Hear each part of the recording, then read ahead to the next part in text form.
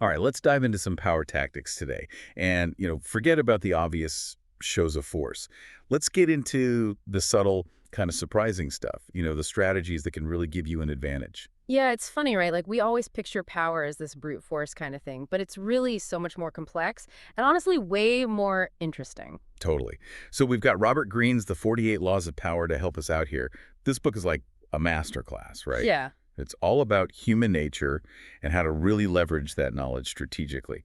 So are we ready to kind of go beyond these simple ideas of power and explore how intelligence, strategy, even a bit of deception can really make a difference? Yeah, that's the thing is understanding all those different tactics, right? Knowing when to use force, when to be a little sneaky, when maybe a bit of intimidation is needed. Okay, so Greene argues that power isn't just about strength. It's about perception. Sometimes the most powerful move isn't force. It's a carefully calculated step back.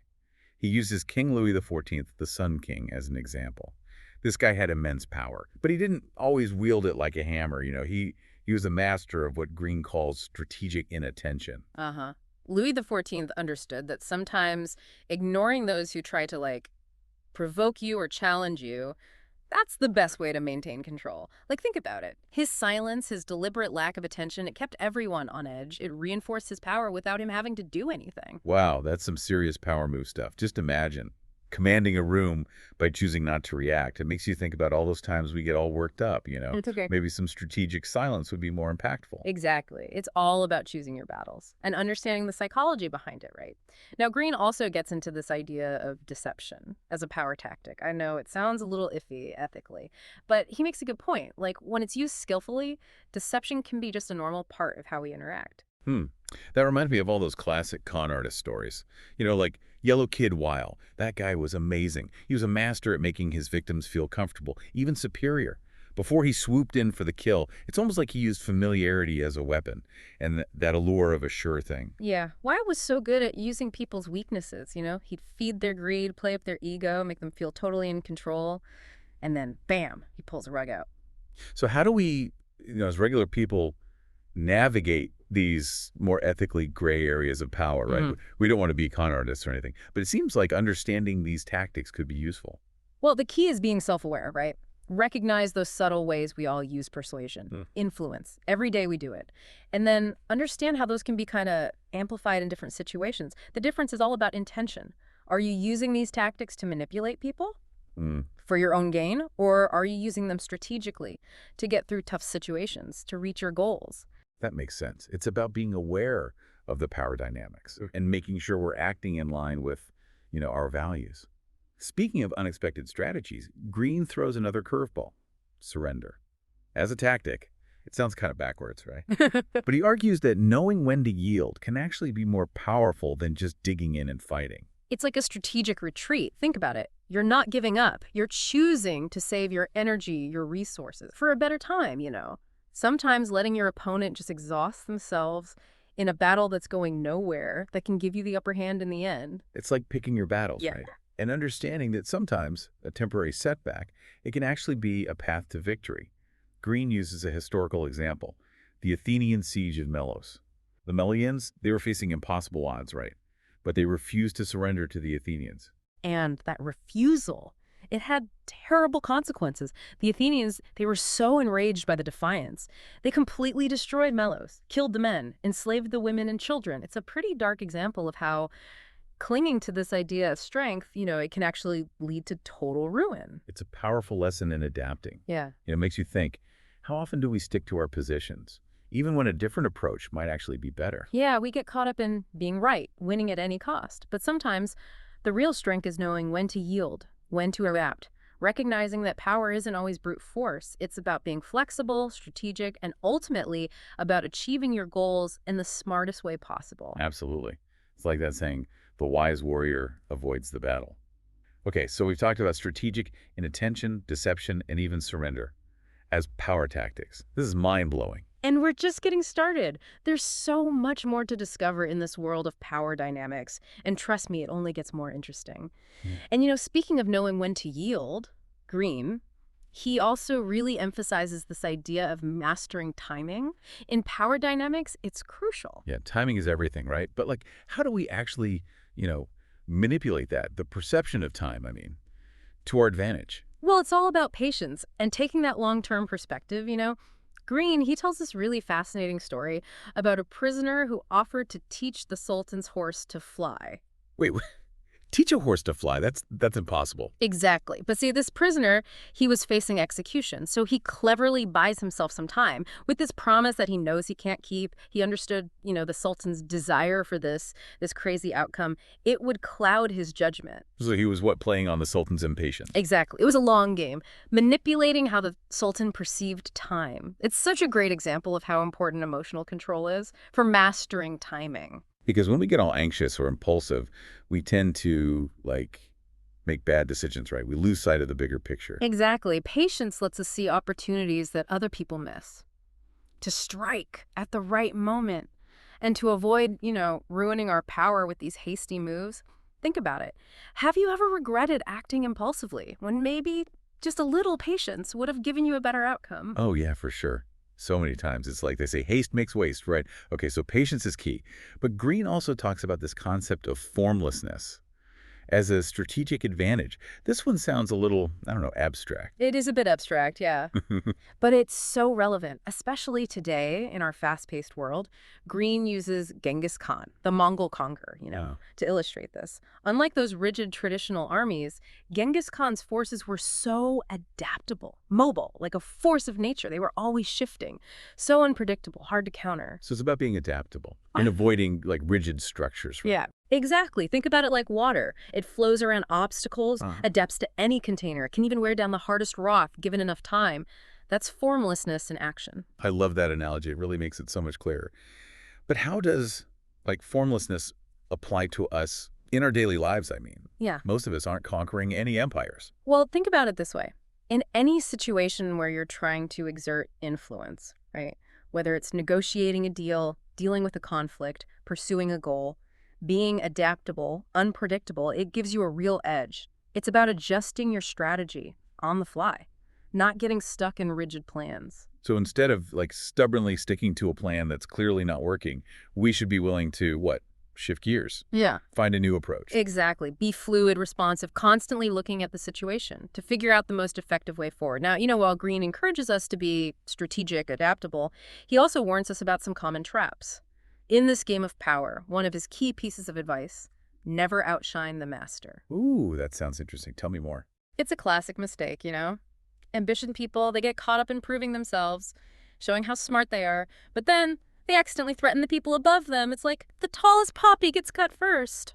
So it's about being mindful of the power dynamics and realizing that sometimes playing it cool, not making waves, can be the smartest move. Precisely. It's a delicate dance. You want to show you're competent, valuable, but without making your superiors feel threatened, insecure. Greene gives this kind of grim example with a story Manfredi, a young Italian prince. He seemingly had it all: charisma, generosity, military skill. People loved him, but he made a fatal mistake. He outshined Cesare Borgia, one of the most powerful and ruthless figures in Renaissance Italy. Borgia, yeah, despite his reputation for being so cruel, he actually showed leniency towards Manfredi at first, let him keep his court, a Yeah. semblance of authority. But it was all a facade. Borgia saw him as a threat, and a few weeks later, had him arrested and executed. Wow. It's a stark reminder. Even those with the best intentions can get caught in the machinations of power. So we've talked about not outshining the master, but what about those who are actively trying to undermine us? What do we do with enemies in this game of power? Greene gives some pretty unconventional advice there. Never put too much trust in friends, he says. Learn how to use enemies. Hold on. Use your enemies. How does that even work? Greene's argument is that enemies can actually be valuable. They keep you sharp, force you to think strategically, and they can give you insights that your friends, blinded by loyalty, they might miss. It's about realizing that not everyone who smiles at you is a friend. And sometimes your biggest critics, they can offer some really valuable perspectives. So it's keep your friends close and your enemies closer. In a sense, yeah. But it's more about understanding that adversity can be a good thing. It can push you to grow. And sometimes the people who challenge us the most, they teach us the best lessons. Okay, I'm starting to get it. It's about changing our perspective, seeing challenges, even enemies, as opportunities for learning, for growth. Greene used the story of Michael III, the young emperor of the Byzantine Empire. He made the mistake of trusting his best friend too much, Basilius. Gave him a lot of power. But Basilius, he got drunk on power, betrayed Michael, seized the throne, had the emperor murdered. It's a brutal lesson, about misplaced trust, even with those closest to us. So it's about being careful who we trust and realizing that even those we consider allies, they have their own agendas. Sounds like navigating the world of power needs a good dose of skepticism, huh? Absolutely. A healthy dose of skepticism. And Greene also emphasizes, concealing your intentions. He argues that being too transparent makes you vulnerable, predictable, and ultimately less powerful. So it's all about what? Playing your cards close to the vest, keeping people guessing, maintaining an air of mystery. Exactly. Greene uses this metaphor of a smokescreen. The best deceivers, they create confusion, distraction, uncertainty, make it impossible for their opponents to figure out their real motives. It's like a magician, right? Using sleight of hand Yeah. to distract the audience while they're doing the real trick. Exactly. And this principle, it applies to more than just straight up deception. Any situation where you're trying to maintain an advantage, think about negotiations. If you reveal your bottom line too early, you weaken your position. It's about strategically holding back information to stay in control. So how do we create this, like, smoke screen? In the real world, I mean. Do we have to start wearing disguises and talking in code? No, it's not about being theatrical. It's about subtlety, choosing your words carefully, revealing only what you want others to see. Greene uses Yellow Kid Weil again as an example, the con artist. He'd do these elaborate rituals, totally pointless, before he'd fleece his victims, creating this sense of complexity, confusion, to distract them from the real con. Yeah, he was a master at that. He understood that by creating this smokescreen, he could manipulate people's perceptions, lead them along without them realizing it. It's like a diversion tactic, right? You focus attention on something unimportant while you're, pulling the strings behind the scenes. Exactly. And this can be so effective in all sorts of situations. Business deals, personal relationships even. Think about it. Have you ever used a bit of misdirection to get what you wanted? Maybe you emphasized a small point to distract from a bigger issue in a negotiation. Or maybe you downplayed your excitement about something to avoid giving away too much in a competition. Now that you mention it, I think we all do that sometimes. It's so interesting to see how these tactics, they play out in our everyday lives. It is, isn't it? And speaking of strategically holding back information, Greene also advises us to always say less than necessary. He argues that talking too much, it dilutes your power, exposes your weaknesses, gives your opponents ammo to use against you. It's about being smart with your words, choosing silence over chatter when it serves your purpose. Precisely. And this applies to everything, not just big speeches, but everyday conversations. Think about it. How often do we just blurt out too much information, things that could be used against us later? Oh, all the time. I'm totally guilty of oversharing. It's like loose lips sink ships. Right. And sometimes those loose lips can sink our own ships. In this game of power, Greene tells the story of Coriolanus, a legendary Roman general known for his bravery, his military genius. He was a man of few words. And that silence, it made him seem even more powerful, authoritative. So he was like the strong, silent type. Exactly. But then Coriolanus, he decides to run for political office, and he abandons his usual silence, starts talking too much, boasting about his achievements, making promises he can't keep, revealing way too much about his strategies, his intentions. And the Roman people, they were once so impressed by his silence. Now they see him as arrogant, untrustworthy. So all that oversharing, it backfired on him. Totally. He lost the election. His reputation was ruined. It's a warning, Yeah. about the dangers of oversharing, even when you think you're in a strong position.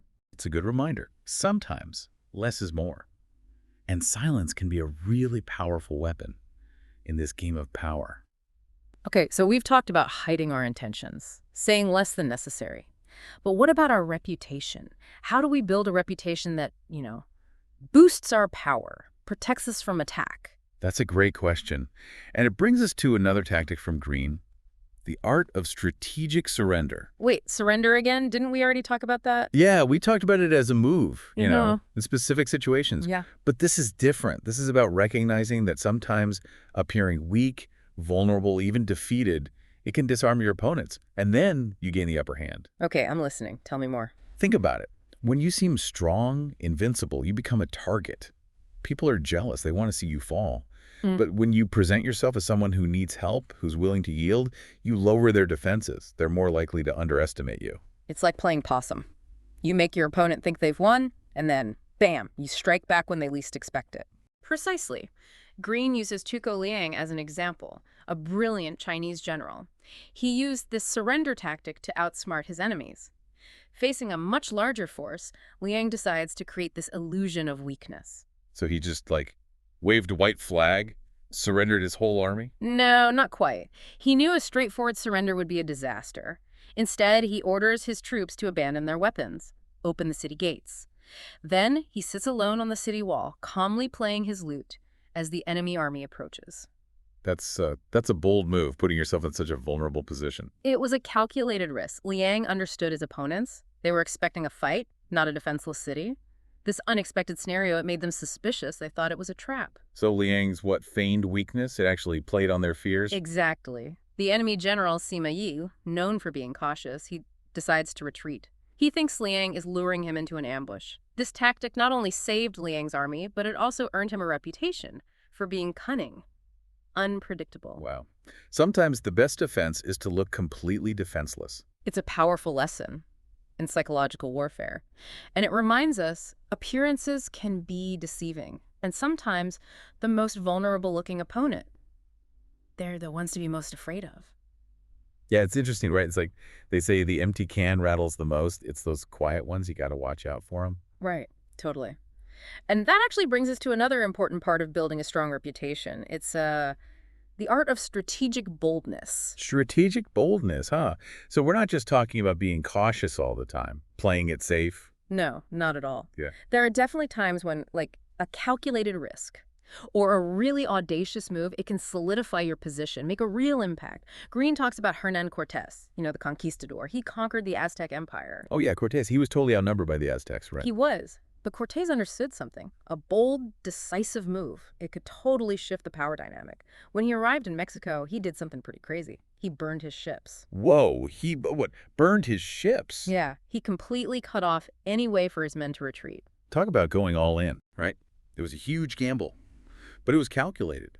By taking away the option of retreat, Cortés, he created this sense of desperation, determination in his troops. They knew they had to fight to survive. And that new resolve, combined with their, superior weapons, it led them to victory. But it's about, like, taking those calculated risks to create a sense of urgency, commitment for yourself and for the people around you. Exactly. It's about recognizing that sometimes a bold move, even if it seems reckless, can be the most strategic option. Think about it.